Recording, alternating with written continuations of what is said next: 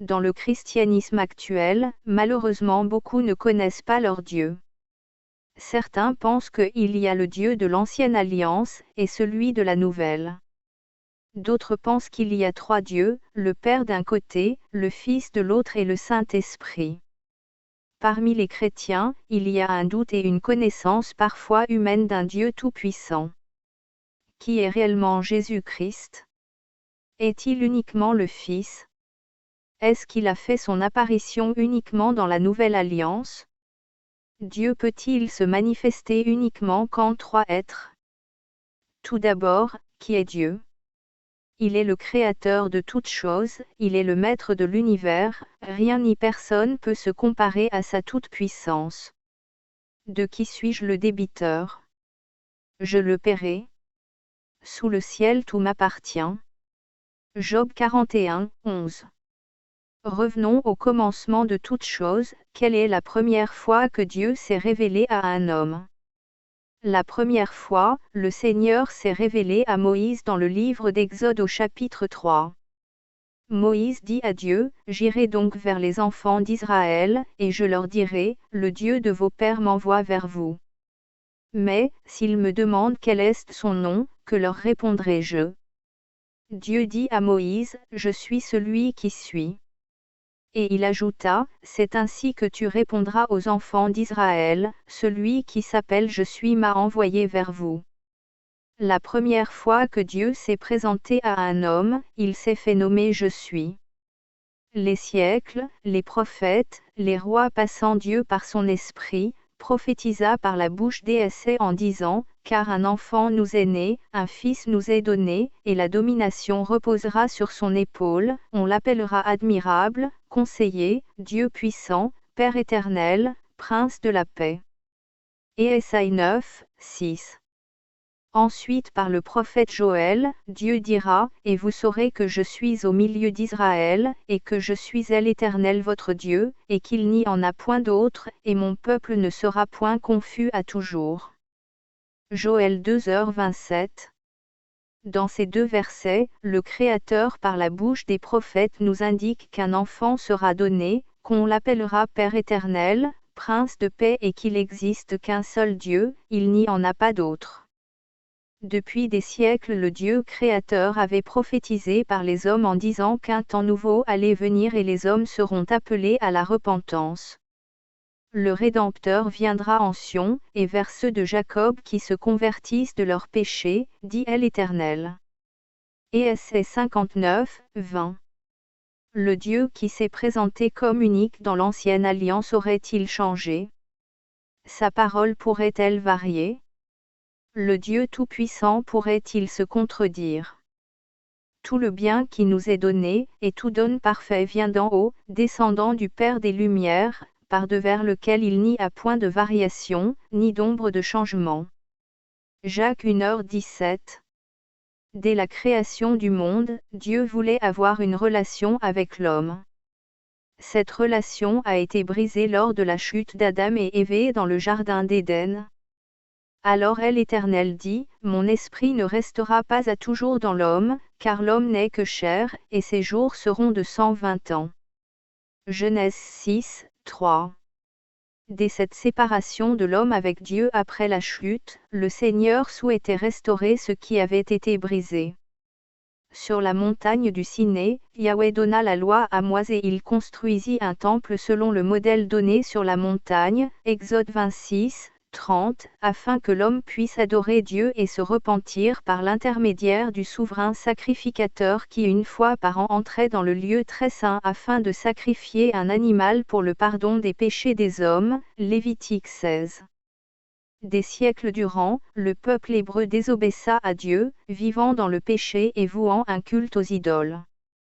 Le souhait de notre Créateur étant que son esprit habite dans l'homme Jésus-Christ venant sur cette terre pour accomplir parfaitement sa volonté. Mais quand l'accomplissement du temps est venu, Dieu a envoyé son Fils, né d'une femme, et soumis à la loi. Galates 4, 4. Jésus-Christ viva sur cette terre en tant qu'homme, prêchant le royaume de Dieu, la repentance, la vie éternelle. 33 ans et demi après sa naissance, il mourra sur la croix et ressuscita 3 jours après. Les disciples étant dans une chambre haute attendant la promesse de l'Esprit Saint, priaient et adoraient le Seigneur de gloire. Le Saint-Esprit venant sur eux avec puissance et le souhait de Dieu restauré. Ne savez-vous pas que vous êtes le temple de Dieu, et que l'Esprit de Dieu habite en vous?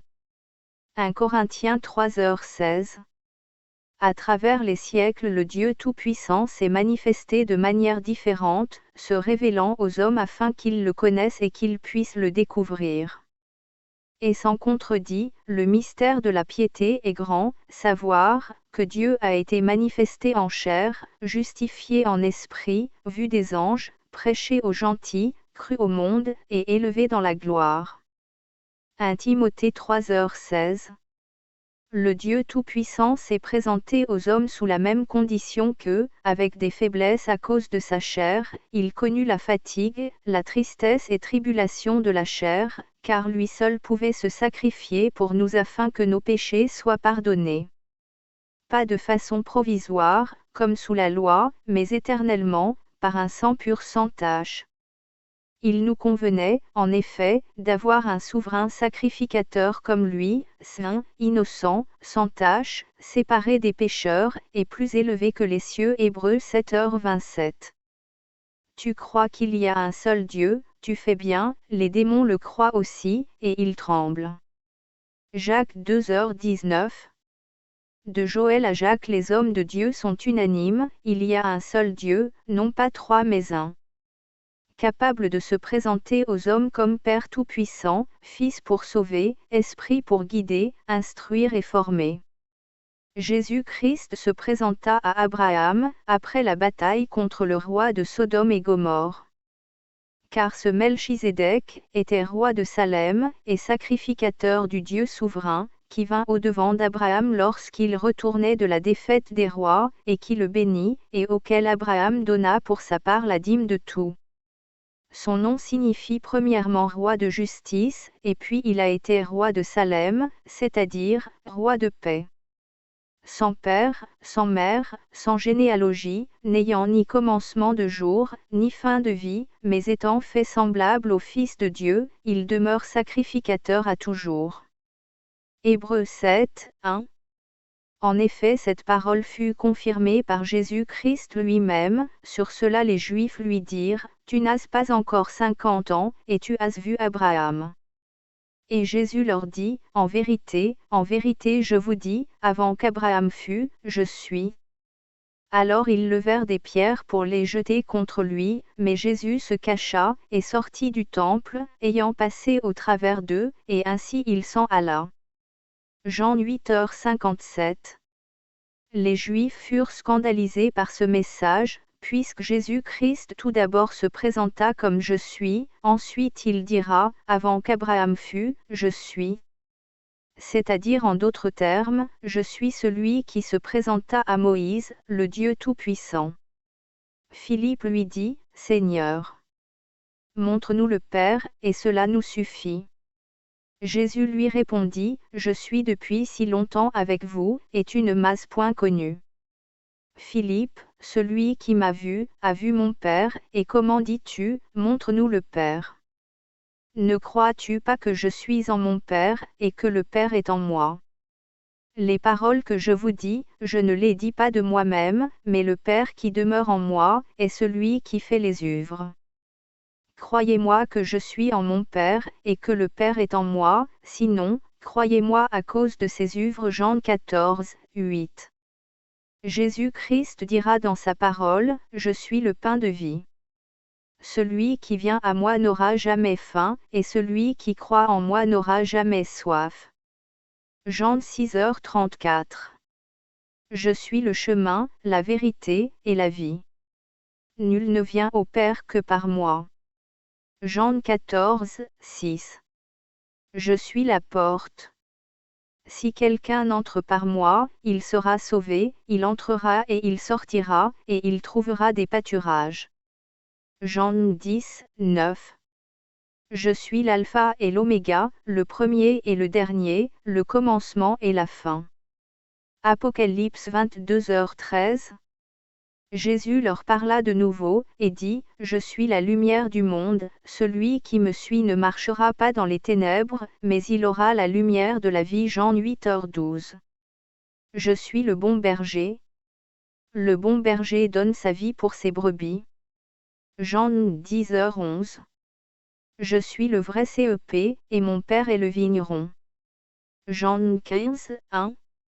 Il est le Dieu Tout-Puissant, le Créateur de toutes choses, capable de révéler comme Père, Fils, Saint-Esprit, Parole, eau, pain, porte, chemin, vie, pasteur, berger, prophète, souverain sacrificateur, roi des rois, seigneur des seigneurs, époux, chef de l'Église, éternel, germe, Emmanuel, Jéhovah, Adonai, El Shaddai, je suis.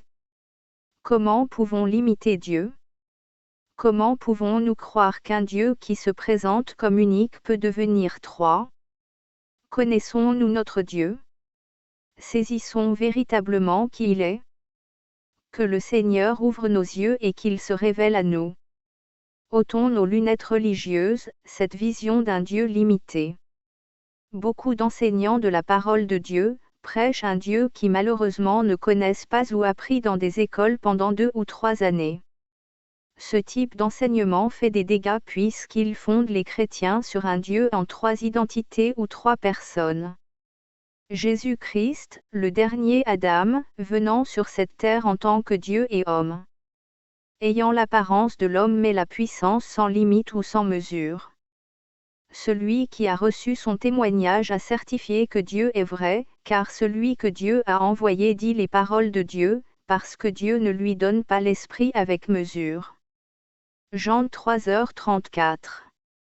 Depuis que Dieu créa la terre, il ne cessa de se révéler aux hommes. Dieu créa l'homme afin qu'il le rencontre, afin qu'il le connaisse et ait une relation avec lui. Dieu aime l'homme et il souhaite le sauver, par son sacrifice parfait cela est possible. Beaucoup croient en Jésus-Christ et à l'œuvre de la croix. Mais combien le connaissent? Combien entretiennent une relation personnelle dans l'intimité avec lui afin de le découvrir chaque jour?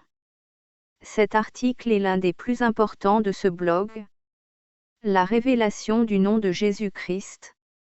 Selon la volonté de Dieu, ce sera le dernier post sur cette page qui restera actif. Certains sujets ont été abordés afin que nos yeux s'ouvrent sur l'état actuel des églises, sur l'état spirituel du monde dans lequel nous sommes et la doctrine de Christ qui doit être la base de nos vies. Certains s'interrogeront peut-être sur moi, je suis rien d'autre qu'un chrétien qui souhaite vivre pour son Dieu. Non pas un chrétien parfait mais avec des défauts, des failles comme tout homme. Le plus important n'est pas d'avoir les yeux rivés sur les hommes mais sur Jésus-Christ qui fait au-delà de tout ce que nous pensons ou imaginons. Que toute la gloire lui revienne pour cette œuvre qui a touché au-delà de tout ce que je pouvais imaginer. Tous les continents ont été touchés par ce site, plus de 100 pays visitent ce site régulièrement. L'Éternel est fidèle, ces choses il me les avait promises et il est fidèle à sa parole et ses promesses. Que nos yeux soient constamment fixés sur son royaume. Obéissons sans cesse à sa parole, marchons par l'Esprit, même si le monde nous rejette, si les hommes veulent nous calomnier, nous détruire, restons fermes car le ciel est notre destination finale.